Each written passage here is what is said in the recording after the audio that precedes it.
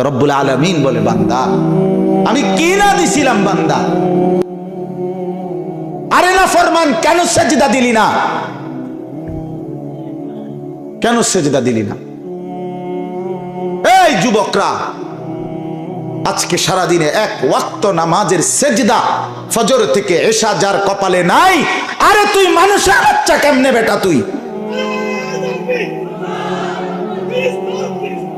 মানুষের বাচ্চা কেমনে বেটা? তুই মুসলমানের বাচ্চা হইলি কেমনে বেটা? জীবন মানে কি কুত্তার মতো জিন্দিগি? জিন্দিগি কি জানোয়ারের জিন্দিগি? একবার পেশাব করে পানি নাও না, তুমি রাস্তার কুত্তা দেখো না? কুত্তাও তো মুত্তা পানি লয় না। আস্তাগফিরুল্লাহ, আস্তাগফিরুল্লাহ। একদিনও ফজরের নামাজ পড়তে মন চায় না, এইভাবেই বেনামাজি জিন্দিগি। জন্তু জানোয়ারের মতো ঘুম থেকে 7টা 8টা 9টা বাজে উঠতেছ, আস্তাগফিরুল্লাহ। তুমি রাস্তার জানোয়ার দেখো না বন্ধু? জিন্দিগি মানে কি? জিন্দিগি মানে নারী, জিন্দিগি মানে ভাত তরকারি, জিন্দিগি মানে ঘুম, জিন্দিগি মানে পেশাব পায়খানা, জীবন মানে যৌন চাহিদা পূরণ। এটা তো জানোয়ারেরও আছে। কুকুরও তো খায়, কুকুরও তো ঘুমায়, কুকুরও তো পেশাব পায়খানা করে, কুকুরেরও তো যৌন চাহিদা পূরণ করে। নাহলে কুত্তার সাও হয় কেন? কথা বলে না? যৌন চাহিদা পূরণ করে কি না? নাহলে বাচ্চা কাচ্চা হয় কেমন এগুলো? তো আমার জিন্দিগি যদি এরই নাম হয় জীবন, তাহলে আমি মানুষ হব কেন? আমার আলাদা বিশেষত্ব কি? জাহান্নামের আগুনে নাফরমান তোর গাল একবার ডান দিক চাপ দিয়ে জ্বালানো হবে, আবার উল্টা দিক বাম দিক গাল চাপ দিয়া, কই মাছ তেলাপিয়া মাছ গরম তেলে যেভাবে ভাজে চাপ দিয়া দিয়া, এইভাবে তোর গাল দুইটা জ্বালানো হবে, একদম বিভৎস কালো হয়ে যাবে চেহারা। আর জাহান্নামী বলবে বারবার, আল্লাহ আমাকে একটু বাঁচান, একটু বাঁচান, আমাকে একটু দুনিয়া ফেরত যেতে দেন। তখন আল্লাহ বলবে, আলাম তাকুন আয়াতি তুতলা আলাইকুম ফাকুনতুম বিহা তুকাদ্দিবুন। আমার বান্দা বলো তো, আমার কোরআন, আমার আয়াত, আমার কথাগুলো কি তোমার কাছে বারবার বলা হয়নি? আমনের লগের 500 জন বিড়ি খায়, আমনে মাইজগান্দি আব্দুল কাদের জিলানি আমরা বুঝি না? হ্যাঁ, আমরা সিরিয়া খাই, আমনে আলাপ করে। আমনের লগের বিড়ি খাই না গো, লগে বইয়েন গাইলে কথায় কথায় এরকম অসিব্বর লগে আমনে বৈশা রয়েছেন, গপ মারেন। আমনে যদি মাঝখান দিয়ে এখন আস, যদিও তারা খারাপ, আমি একমাত্র জোনায়েদ বাগদাদি, আয় জোনায়েদ বাগদাদি এরম আছিল, আমরা শুনছি না। ঠিক কিনা বলেন? সাহাবায়ে কেরাম বললেন, ইয়া রাসূলুল্লাহ, আসরের নামাজের আগে দাজ্জালের যেই ভয়ানক বর্ণনা আপনি আমাদের সামনে দিলেন, আমাদের ভয় হচ্ছিল যে মসজিদের বাহিরেই দাজ্জাল দাঁড়াইয়া আছে, বাইর হইলেই না জানি ইমানটা নিয়ে যায় কিনা, এই ভয়ে আমরা এখানেই বসে আছি। এই সাহাবায়ে কেরামের কলিজায় নবীজির কথা কি পরিমাণ আসর করত। সারাদিনে এক ওয়াক্ত নামাজ পড়ে নাই, এত বড় জানোয়ার কি লেগে ফেলবো আমি?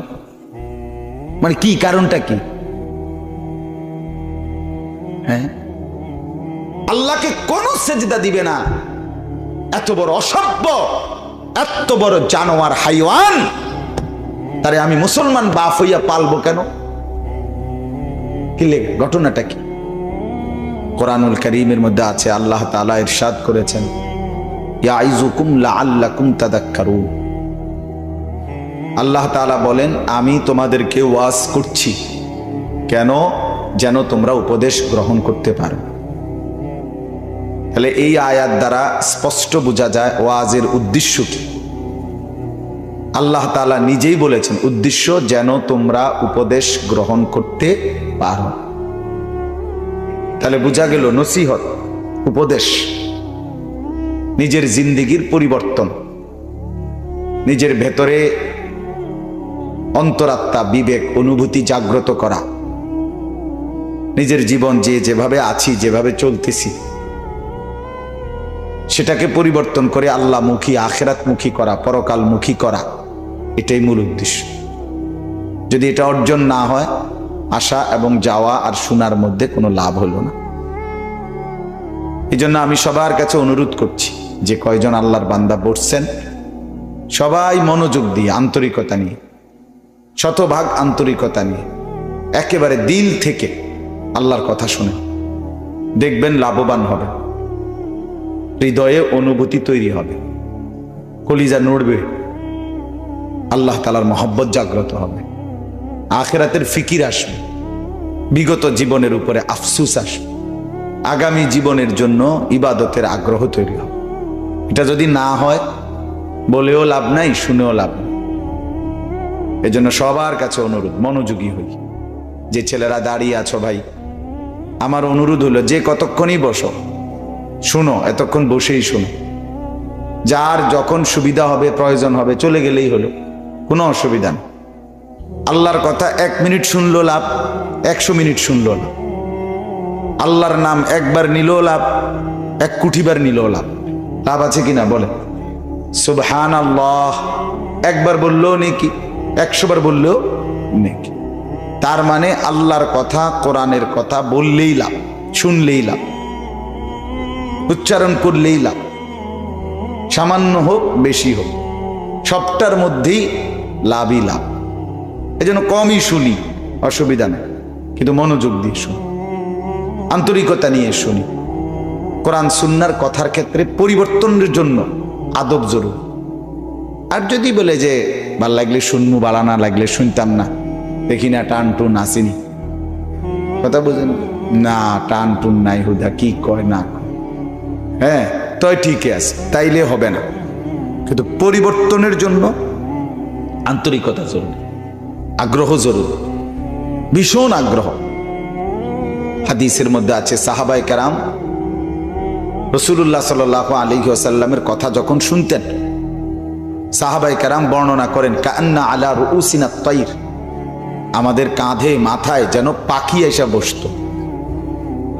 অর্থাৎ এতটা স্থির, যেই ডাল নড়ে ওই ডালে পাখি বসে না।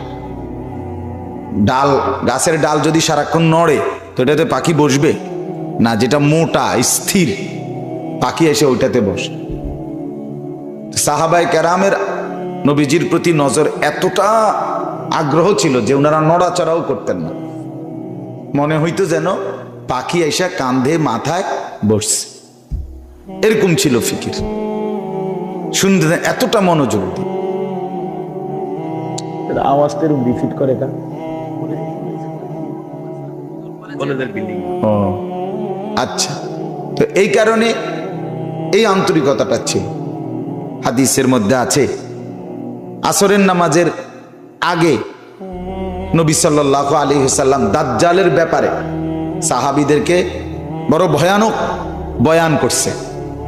করে নবীজি আসরের নামাজ পড়িয়ে মসজিদ থেকে বের হয়ে গেছে। আবার ওই ভাই, আপনি এটা নিয়ে এরকম শুরু করছেন কেন? এরকম খটর খটর করেন কেন? এটা আর কি তামসানা শুরু করছেন আপনি? ওইগুলোর মতো থুইয়া রাখেন, এটারে যা ওড়ে উঠবো। তো আল্লাহ নবী সাল্লাল্লাহু আলাইহি ওয়াসাল্লাম মাগরিবের নামাজের আগে আবার আয়েশা মসজিদে ঢুকছে। তো আসরের আগে দাজ্জালের ব্যাপারে সাহাবীদের সামনে বয়ান করছে। মাগরিবের আগে নবীজি আয়েশা মসজিদে ঢুকে তাকাইয়া দেখছেন, যেই সাহাবী যে যেখানে বসা ছিল তিনি এখনো ওইখানেই ওইভাবে বসা আছে। মুসলিম শরীফের হাদিস। নবী সাল্লাল্লাহু আলাইহি সাল্লাম অবাক হয়ে গেলেন, আরে তোমরা সব এখানে পড়ে আছো, বসে আছো, কেউ বাইর হও নাই এই লম্বা টাইম। মিসলে আউয়ালে নামাজ পড়লে আসর থেকে মাগরিব, সৌদি আরবে এখনো জোহর থেকে আসর যে দূর সময় ব্যবধান, আসর থেকে মাগরিব বেশি, প্রায় 2-2.5 ঘন্টা। তো এই 2-2.5 ঘন্টা এমনি বসা ওনারা জাগা। নবী সাল্লাল্লাহু আলাইহি ওয়াসাল্লাম বললেন, তোমরা বের হও নাই, কেউ যাও নাই বাইরে?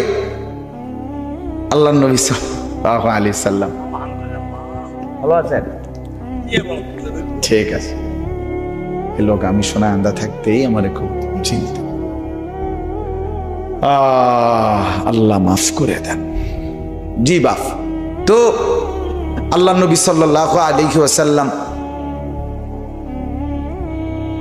জিজ্ঞেস করলেন যখন, কেন বের হইলা না তোমরা, সবাই বসে আছো?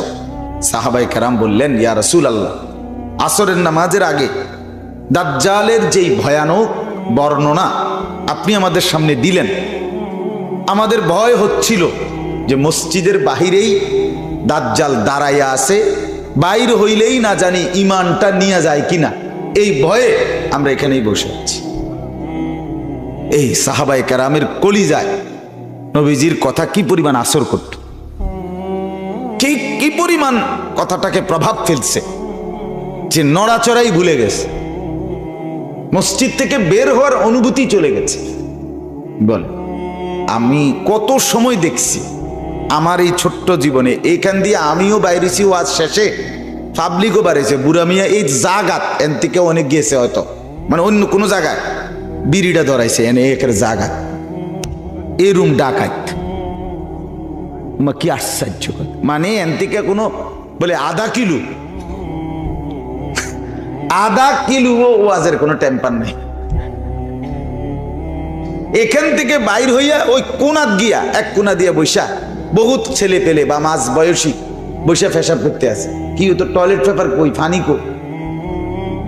কো আমনের ফানি কই আনে। কি অসভ্য, কি নোংরা মানুষ, ছি ছি ছি। অথবা উঠতে সময় বলে দিছে, আরে হুজুররা তো কয় ভালোই, কথা তো ঠিকই কয়, বুঝি তো, আমরা লেগেই তো কয়, ফারি তো না, শেষ। মানে আপনার এই 1.5 ঘন্টার কথার মধ্যে ফানি দিয়ে দিল। 4 জন হুজুরে যা মেহনত করলো কইয়া, উনি এই সবার কথার উপরে ফানি ঢেলে দিছে, শেষ। ওই তো না, মানে এটা ফারতাম না, পারিত না। আপনি আগেই যদি বলে ফেলেন, আপনি পারবেন কিভাবে বলেন, আপনি বদলাবেন কিভাবে? মানুষ যদি আগেই হতাশ হয়ে যায়, হাল ছেড়ে দেয়, হবে কিভাবে? এই জন্য বাপ আমার, ভাই আমার, বন্ধু আমার, আমি অনুরোধ করছি, পরিবর্তন দরকার। দোস্ত আমার, শুধু শুনলেই হবে না, আয়োজন করলেই হবে না। চেয়ারম্যান সাহেব এই কথাটা এখন বললেন, সুন্দর কথা, যে মাহফিল প্রচুর হচ্ছে, আলহামদুলিল্লাহ। তো পরিবর্তনের কি অবস্থা সেটা তো দেখার ব্যাপার দোস্ত। আপনি যদি মনে করেন 1 মাসে 10টা ওয়াজ শুনে থাকেন কথার কথা, তাহলে 3 জন করে বক্তা ধরেন কমপক্ষে, তাহলে 10টা ওয়াজে 3 জন বক্তা হইলে 30 জন, ঠিক না? তো বক্তা তো বদলাইলো 30 জন, আমনে বদলাইছেন নি? এটা কোন রাইট? আমার কথার উত্তর দেন। বক্তা তো বদলাইছে কয়জন? 30 জন। আমনের অবস্থা কি আছে আসা, এটা কোন? আপনি বিড়ি খানা ছাড়বেন আরো কয় বছর পরে? এটা আমার কথাটা কোন?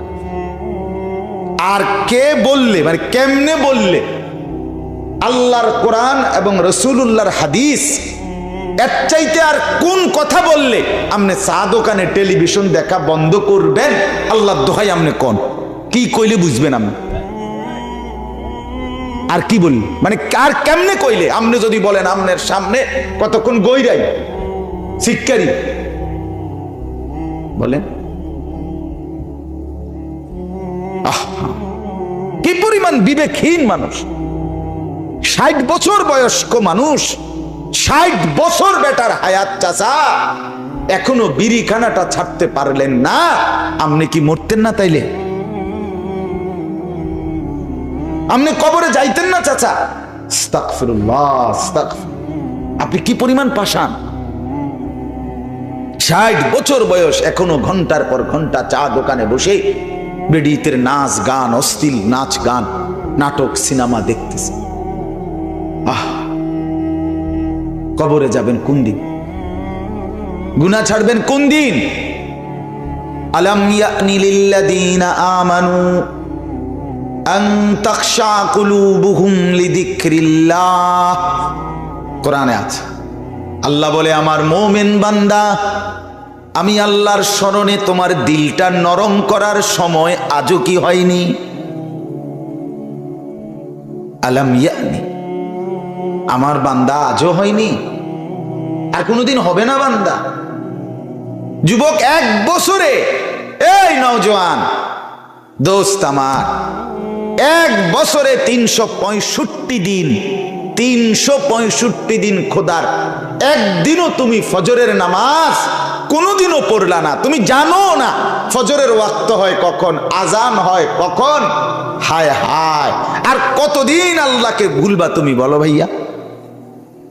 আর কোনোদিন তাইলে পড়বা না ফজর? আর কোনোদিন তোমার জন্য তাইলে ফজরের ওয়াক্ত হবে না?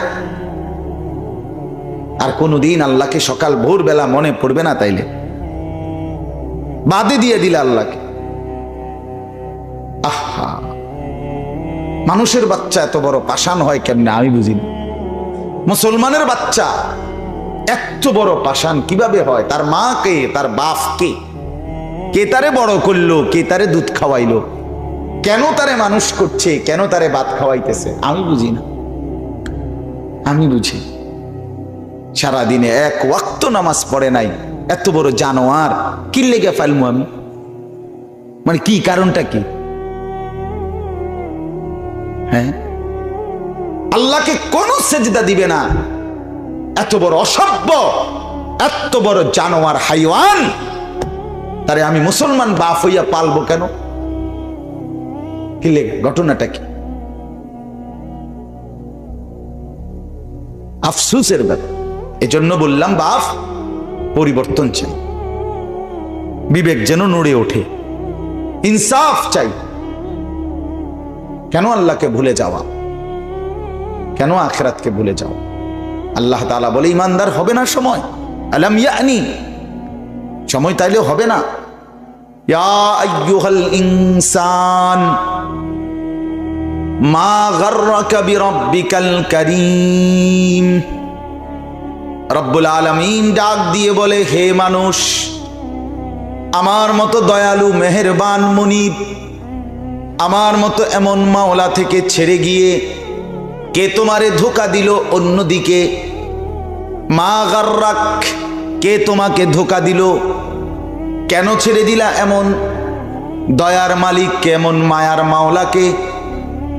আল্লাহ জিজ্ঞেস করছে, বান্দা বলো তো। আমাদের পাকিস্তানের একজন বড় বুজুর্গ আলেম ছিলেন, আছেন, হযরত মাওলানা তারেক জামিল সাহেব।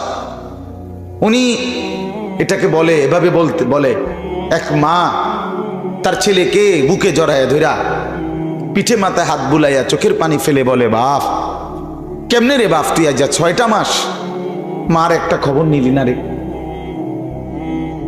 6 মাস হয়ে গেছে ফুত বিদেশ গেছ, মার বুঝি একটা ফোনও দিলি না মারে, কেমনে রে সহ্য করলি ফুত? এরকম কথা বলে না মানুষ, মায়েরা? আমার আম্মা তো 2 দিন ফোন না করলে ফুত কিতারে ফুত,